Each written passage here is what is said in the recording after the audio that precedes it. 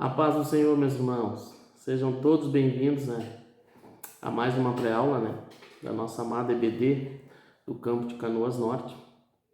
Eu já quero de imediato aí agradecer a confiança e também agradecer a oportunidade, na pessoa do evangelista Rudinei, que juntamente com a sua esposa tem liderado esse trabalho que é de suma importância para a obra do Senhor, essa área do ensino. Então que Deus possa recompensá-los, e abençoá-los aí por toda a boa obra. Como é de conhecimento dos irmãos, nós estamos estudando o livro de Ezequiel, falando um pouco sobre a justiça divina, também sobre a preparação do povo de Deus para os últimos dias, no livro de Ezequiel. Hoje, nós vamos estar comentando um pouco sobre a lição de número 7. Ela tem data de 13 de novembro de 2022, o próximo domingo agora. E o título da nossa lição é: a responsabilidade é individual, ou seja, cada um de nós dará conta de si mesmo a Deus, conforme Provérbios 14 e 12. O nosso texto áureo está localizado em Ezequiel, capítulo 18, versículo 20. A nossa lição de hoje ela vai estar baseada no capítulo 18 de Ezequiel, que tem ali no mínimo 3 temáticas que são abordadas ali. Que uma é a questão do pensamento equivocado sobre uma geração pagar pelos pecados dos antepassados. Então a gente vai abordar nessa lição sobre esse tema. O outro tema também, que Deus não tem prazer na morte do ímpio, mas sim que o Senhor ele quer que todos se arrependam dos seus pecados e venham ao conhecimento pleno da verdade. Então esse é o desejo do nosso Senhor, que todo homem venha então se salvar. E também a questão de Deus ser justo, E os caminhos do Senhor são retos. E os caminhos do povo, eles estavam andando em caminhos tortuosos, E muitas vezes é assim mesmo. O caminho do povo é tortuoso, mas o anseio do Senhor é que eles venham, então, se arrepender e vir ao pleno conhecimento da verdade. Ezequiel capítulo 18, versículo 20. A alma que pecar, esta morrerá. O filho não levará a maldade do pai, nem o pai levará a maldade do filho. A justiça do justo ficará sobre ele, e a impiedade do ímpio cairá sobre ele. A nossa verdade prática. Para além da responsabilidade individual, a palavra de Deus se posiciona contra o fatalismo, isto é, contra a ideia de que tudo está determinado por um rígido destino. Nós sabemos que não é bem assim. A Bíblia nos dá embasamento sobre isso, falando primeiramente sobre o livre-arbítrio e também o fato que Deus amou todos, a ponto de entregar o seu Filho, porque aquele que crê nele tem a oportunidade então de ser salvo. Glória a Deus por isso. Eu anotei aqui Deuteronômio 30:19 que diz: tenho te proposto a vida e a morte, a bênção e a maldição. Escolhe, pois, a vida, para que vivas tu e a tua descendência. Então, essa é uma prova, de que as nossas atitudes e as nossas escolhas definem muitas coisas, para o nosso futuro e também, para o nosso destino, falando da parte espiritual, o nosso destino final. Gálatas 6,7 fala: não erreis, Deus não se deixa escarnecer. Tudo que o homem semear, isso também ele ceifará. Então, e Hebreus 4,13: todas as coisas estão nuas e patentes diante daquele que temos que tratar. Glória a Deus. A nossa lição ela tem 3 tópicos, cada uma com seus subtópicos. Então a gente vai tentar abordar de uma forma bem prática, E para que não demore muito, meus irmãos, e que a gente consiga então absorver um pouco do que aqui está proposto, conforme o escritor. A introdução diz o seguinte, meus irmãos: o ponto de partida dessa lição é uma máxima muito usada em Jerusalém e também entre os exilados da Babilônia, que diziam: os pais comeram uvas verdes e os dentes dos filhos se embotaram. Com base nesse ditado, eles diziam que estavam sendo punidos por causa dos pecados, dos antepassados. Então vamos entrar na temática, que vai falar um pouco sobre isso, que é o tópico 1, que o título é sobre a máxima usada em Israel. e o seu subtópico número 1, que tem ali o título também, uma máxima equivocada. O ditado popular, os pais comeram uvas verdes e os dentes dos filhos se embotaram, se baseava numa interpretação equivocada sobre o terceiro mandamento do Decálogo, né? Onde falava sobre a idolatria e estava falando ao povo, então, a palavra do Senhor, que não era para se encurvar diante delas, também não servir, né, a imagens, porque eu sou Deus zeloso, né, que visita a iniquidade dos pais até a terceira e quarta geração. Então essa era a interpretação equivocada do povo. Mas o fato é que esse versículo ele termina, né, falando, como está escrito na lição, daqueles que me aborrecem, né? Então eu visito a iniquidade dos pais nos filhos até a terceira e quarta geração daqueles que me aborrecem. Ou seja, se uma geração que vem após uma geração pecaminosa, uma geração entregue à idolatria e continua, né, com as mesmas atitudes e continua com as mesmas práticas, é lógico que a justiça de Deus, né, ela virá. Isso é mais do que certo.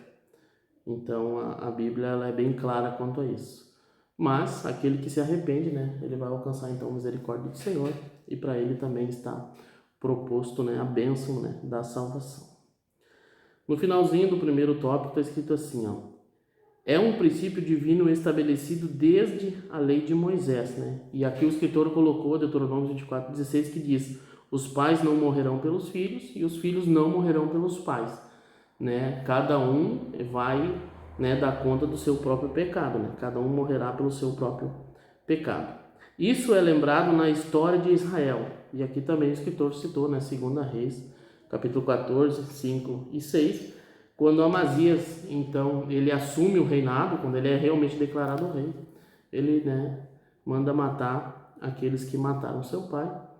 Porém, né, os filhos dos homens que mataram seus pais, eles foram poupados, né, para que se cumprisse, né, o que está escrito então ali em Deuteronômio 24:16, que os pais não vão morrer pelos filhos, os filhos não vão morrer pelos erros dos pais.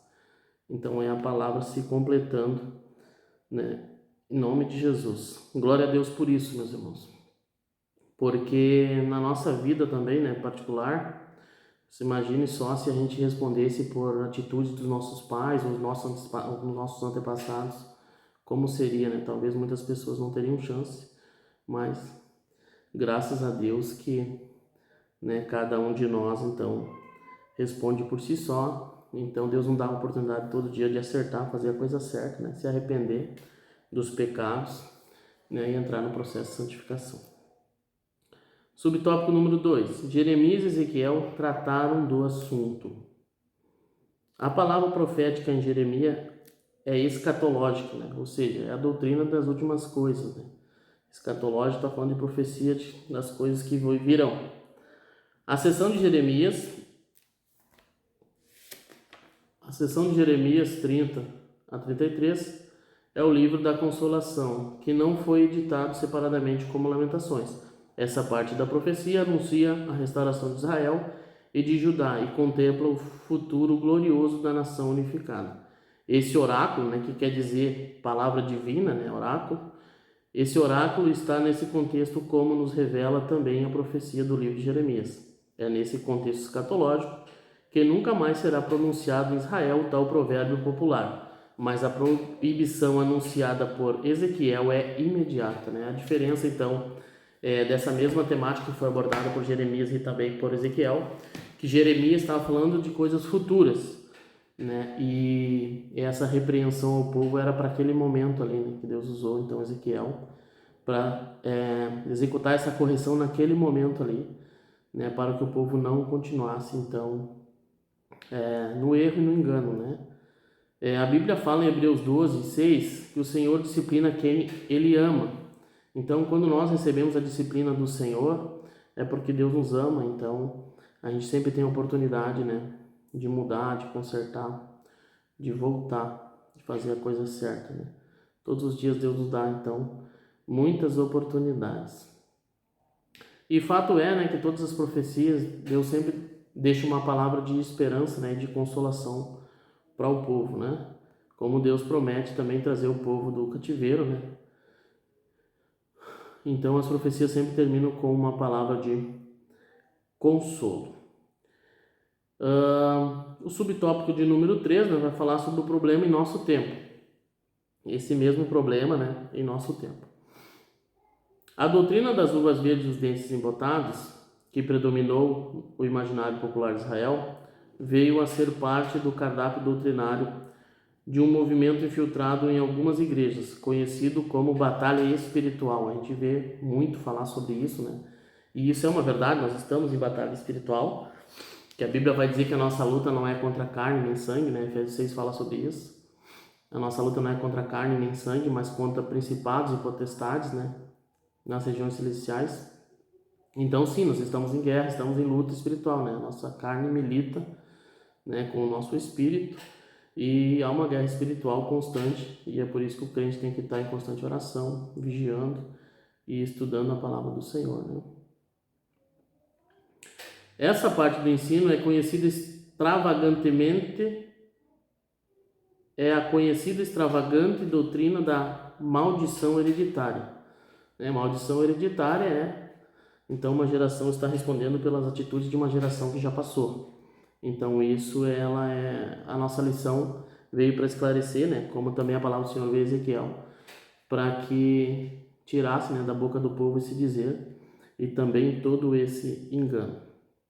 No finalzinho fala o seguinte aqui desse nosso tópico, subtópico 3. Devemos orar e agir para que esses ensinos equivocados não prosperem em nossas igrejas. E como fazer isso, né, meus irmãos? Só conhecendo a palavra do Senhor, né? Só meditando. Jesus, né, ele deixou registrado. João 5,39 fala: examinai as escrituras, porque cuidais ter nela a vida eterna. São elas que de mim testificam. Então, sem o pleno conhecimento da palavra do Senhor, a gente não tem conhecimento da verdade e fica propício, né, a enganos. Então, nós devemos vigiar, né, e examinar as escrituras que nem o Senhor Jesus nos deixou. Em Apocalipse 2,20, meus irmãos, a Bíblia fala sobre as cartas às 7 igrejas da Ásia, né? E no capítulo 2, ali no versículo 20, que é a carta que foi destinada à igreja de Tiatira, lá o anjo da igreja de Tiatira, ele fala: tenho algo contra ti, né? Porque tu deixaste Jezabel, né, que se diz profetiza, ensinar e enganar os meus servos. Então, existem muitas doutrinas e muitos ensinos por aí, só tem uma forma de se proteger, é examinando, né, a palavra do Senhor, examinando as escrituras constantemente, para que a gente possa então identificar, né, e sempre pedir discernimento do Espírito Santo, para que nós possamos discernir tudo aquilo que é espiritual e também aquilo que não é espiritual. Amém? Tem o Atos 17 fala sobre quando Paulo e Silas vão pregar lá em Bereia. O que acontece? A Bíblia fala que eles receberam de bom grado a palavra do Senhor, né? Mas que eles foram ali, né, nos escritos, nas escrituras, conferir se aquilo que eles estavam pregando condizia realmente com a palavra do Senhor. E ali eles perceberam que sim, né? Mas esse povo foi tido por mais nobre que os outros, porque eles examinaram as escrituras. Então, Paulo e Silas estavam pregando e eles estavam examinando para ver se realmente era aquilo mesmo. Glória a Deus por isso. Vamos para o tópico número 2, né? Vamos para o tópico de número 2, que o título é sobre a salvação para todos os seres humanos. E o subtópico 1 fala: a esperança para o pecador. Há esperança para o pecador, sim, né? Nós sabemos que há, sim, esperança para o pecador. Porque nós somos salvos pela graça, né? Todos os pecados destituídos foram da glória de Deus, né? Mas a Bíblia também fala que pela graça sois salvos. E por intermédio do nosso Senhor Salvador Jesus Cristo, né, Ele nos reconciliou com Deus e hoje nós temos essa viva esperança, né, de um dia morar no céu. E eu dou glória a Deus por isso, né, meus irmãos? Porque isso é uma riqueza assim imensurável, que não tem preço. A questão de hoje podemos ser chamados filhos de Deus. Isso é uma honra tão grande, uma honra tamanha, né? E que o nosso Senhor Salvador Jesus Cristo, né, nos concedeu através do seu sacrifício. Essa ideia está muito clara no capítulo inteiro, que, para não deixar dúvidas, Ezequiel afirma de maneira direta: reiterando diversas vezes com exemplos claros e ilustrações.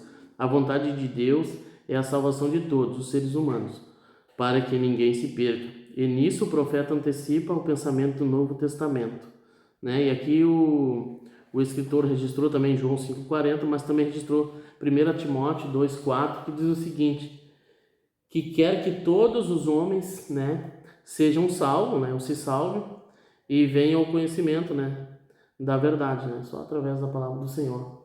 Mas o anseio do Senhor, o anseio do nosso Deus é que todos os homens se salvem, né, esse é o desejo dele, e que venha, né, o conhecimento da verdade. E a verdade, né, a palavra do Senhor é a verdade. Então nós precisamos meditar na palavra do Senhor de dia e de noite. Há esperança para o pecador? Nós temos o nosso textuário da Bíblia, né? Que é João 3,16, porque Deus amou o mundo de tal maneira que deu seu Filho unigênito para que todo aquele que nele crê não pereça, mas tenha a vida eterna.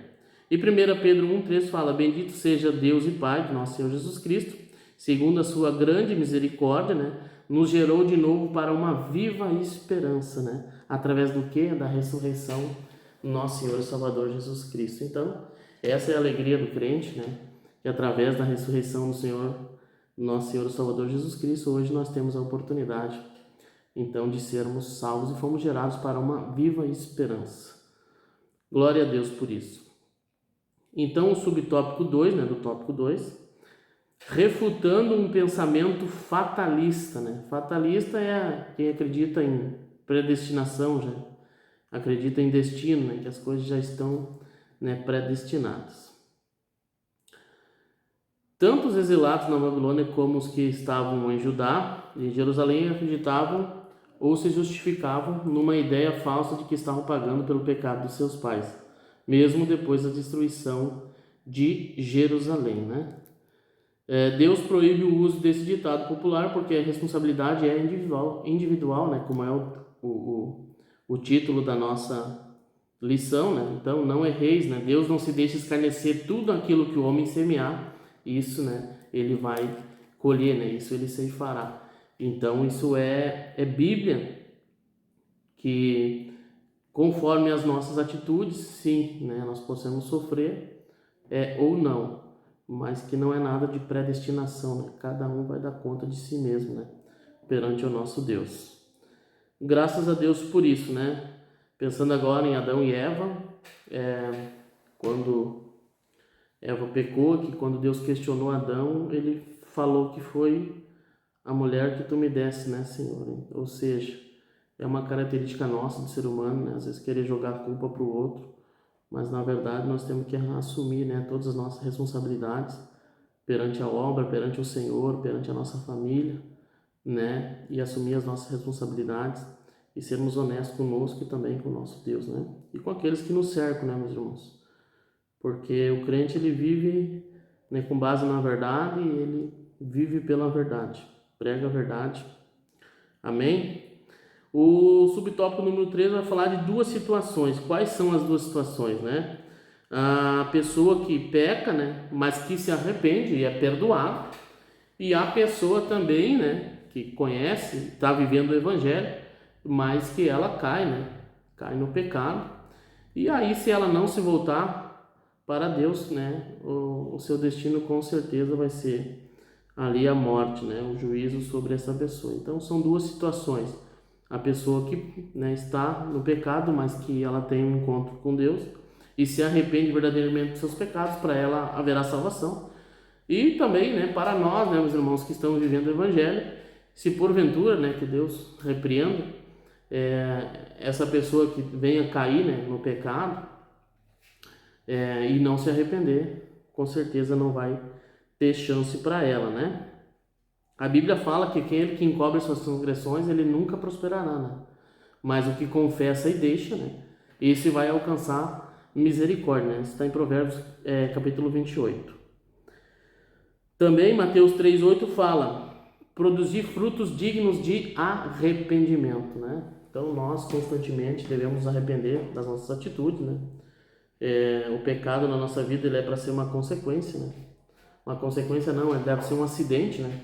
O pecado na nossa vida é para ser um acidente e não algo rotineiro. Então, Quando a gente peca ou que a gente erra, a gente deve pedir perdão a Deus, né? Porque para que a misericórdia do Senhor ela nos alcance, né? Com um coração verdadeiro, né? Um arrependimento verdadeiro, ele com certeza movimenta então o coração de Deus.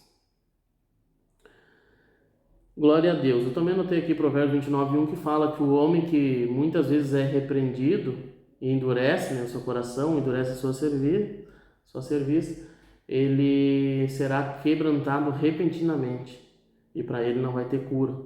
Então, né, o homem que endurece o coração quando é repreendido por Deus, né, então ele pode repentinamente ser quebrantado sem que haja cura para ele, né, sem que haja salvação. Agora aqui no finalzinho, é possível sim o salvo perder a salvação temporariamente. Lucas 15:32. Aí ele está falando do filho pródigo, né? Que ele momentaneamente saiu da casa do pai, mas que teve um breve momento e houve um arrependimento, então. E essa parábola retrata bem, né, a vontade de Deus. O pai estava aguardando o retorno do filho, né, para casa.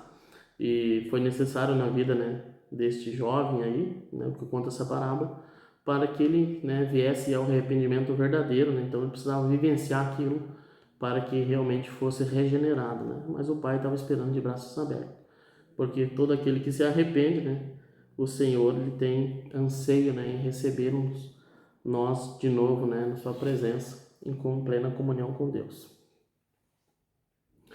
Glória a Deus. Vamos para o tópico de número 3, meus irmãos, que vai falar agora sobre a reação de Israel.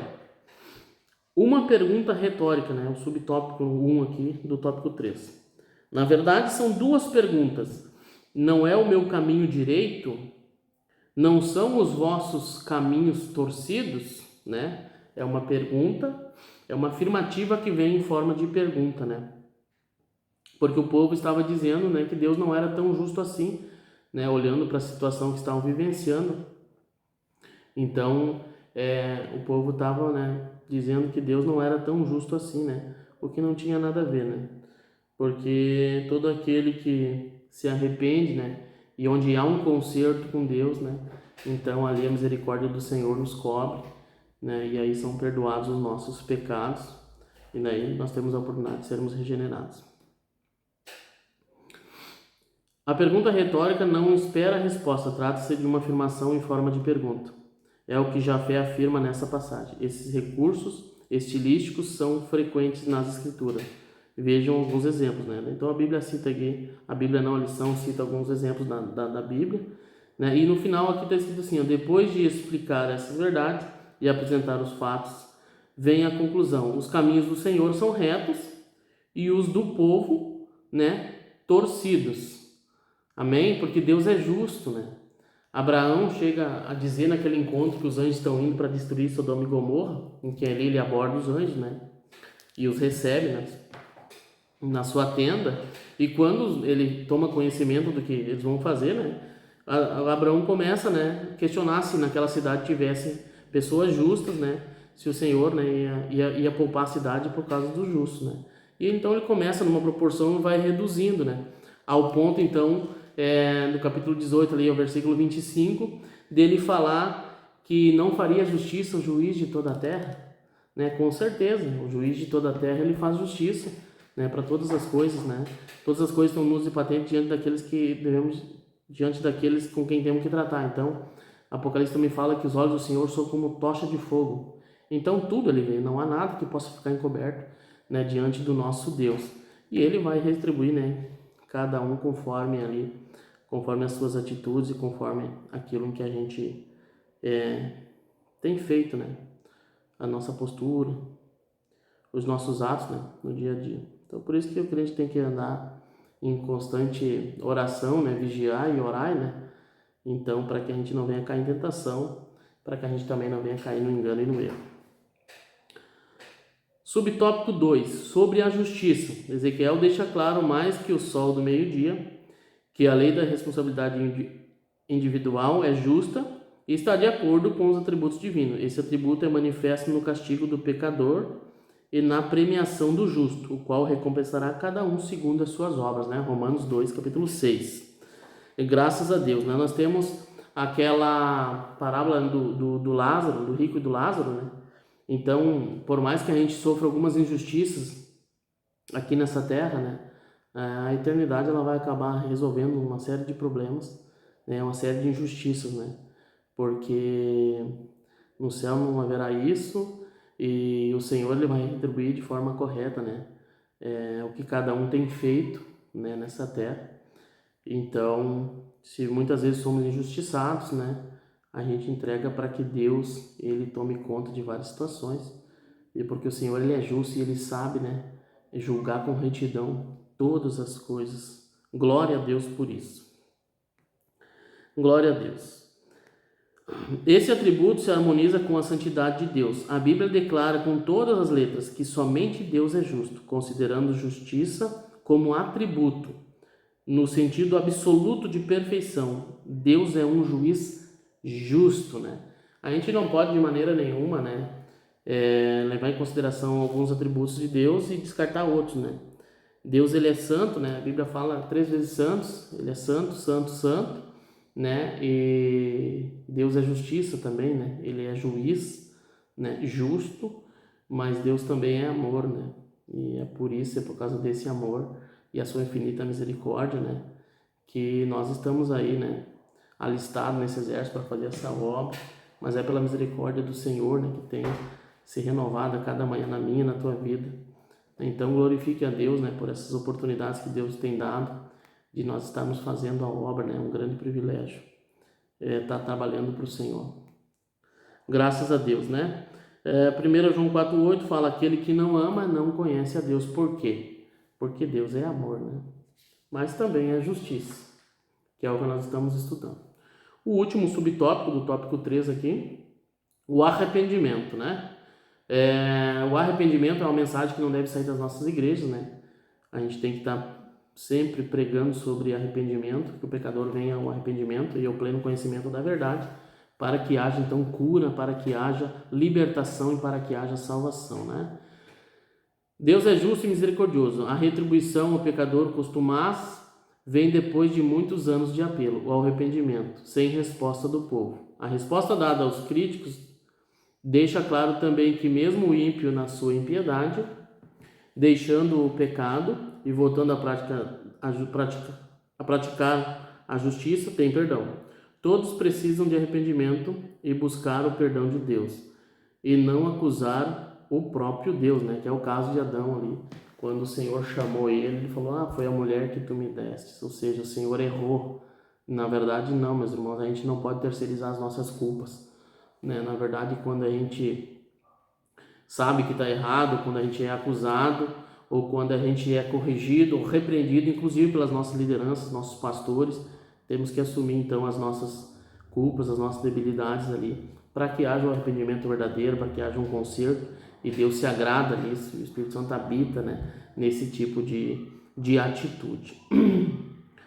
Essa história se repete em nossos dias, porque é tendência dessas pessoas culparem a Deus pelas suas mazelas. Devemos levar a palavra de Deus a essas pessoas, pois nenhuma felicidade pode ser plena sem Jesus. É verdade, né? Aquele espaço no nosso coração que só o Senhor pode preencher, né? João Batista pregava arrependimento. Jesus pregava também arrependimento. Lucas 5,32 ele diz o seguinte: eu não vim chamar justos, mas pecadores ao arrependimento. Lucas 15,10, mais à frente um pouquinho: há alegria na presença dos anjos de Deus por um pecador que se arrepende.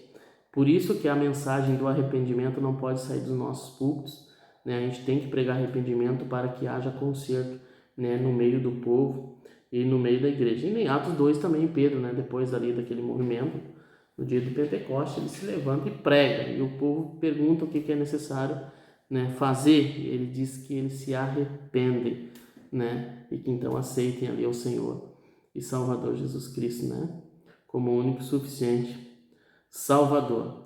E voltando ao Apocalipse 2, né, nós tínhamos falado sobre a igreja de Tiatira, falamos sobre o versículo 20, né, que ali Deus está falando, né, que tem algo contra aquela igreja que deixou Jezabel, né, que se diz a profetisa enganar, né, com falsos ensinamentos os seus servos. E no versículo 21, né, a Bíblia fala, né, tá falando desde tempo, que foi dado tempo para arrependimento, mas não deram bola, né? Então o povo de Israel nessa parte da história em que nós estamos estudando, também, né, foi dado tempo. O Senhor, ele costuma sempre avisar. A nossa vida também não é diferente. O Senhor costuma falar, fala conosco, né, e usa os seus servos, porque Deus tem usado os seus servos, né? Nós temos que estar com o ouvido, digamos, afinado para ouvir a voz do Senhor, porque Deus tem falado com a sua igreja e a gente deve dar ouvidos, né, e consertar, então, porque Deus sempre, ele avisa, ele sempre, né, como está escrito aqui, ele sempre manda, né, apelos para que o povo venha se consertar, né, para que não precise, então, ele vir com juízo, né, sobre as nossas vidas. Nossa conclusão, então, depois de refutar o imaginário popular de que Deus estivesse sendo injusto pelo castigo do povo, o profeta chama os seus leitores para uma reflexão. Esse discurso soteriológico é muito importante e continua atual na vida da igreja e na pregação cristã. É nossa responsabilidade levar essa mensagem aos perdidos da terra. Amém, meus irmãos? Então essa é a nossa lição de número 7, né? Eu espero ter contribuído com os irmãos, com os comentários, né? Que Deus possa abençoar cada professor que nesse domingo, né, vai ser o instrumento, vai ser o canal que Deus vai usar aí para instruir, né, tanto os nossos obreiros, né, como também as demais classes aí que estarão nesse domingo estudando a palavra do Senhor. Que Deus abençoe o ministério de cada um de vocês, né? E até mais, em nome de Jesus.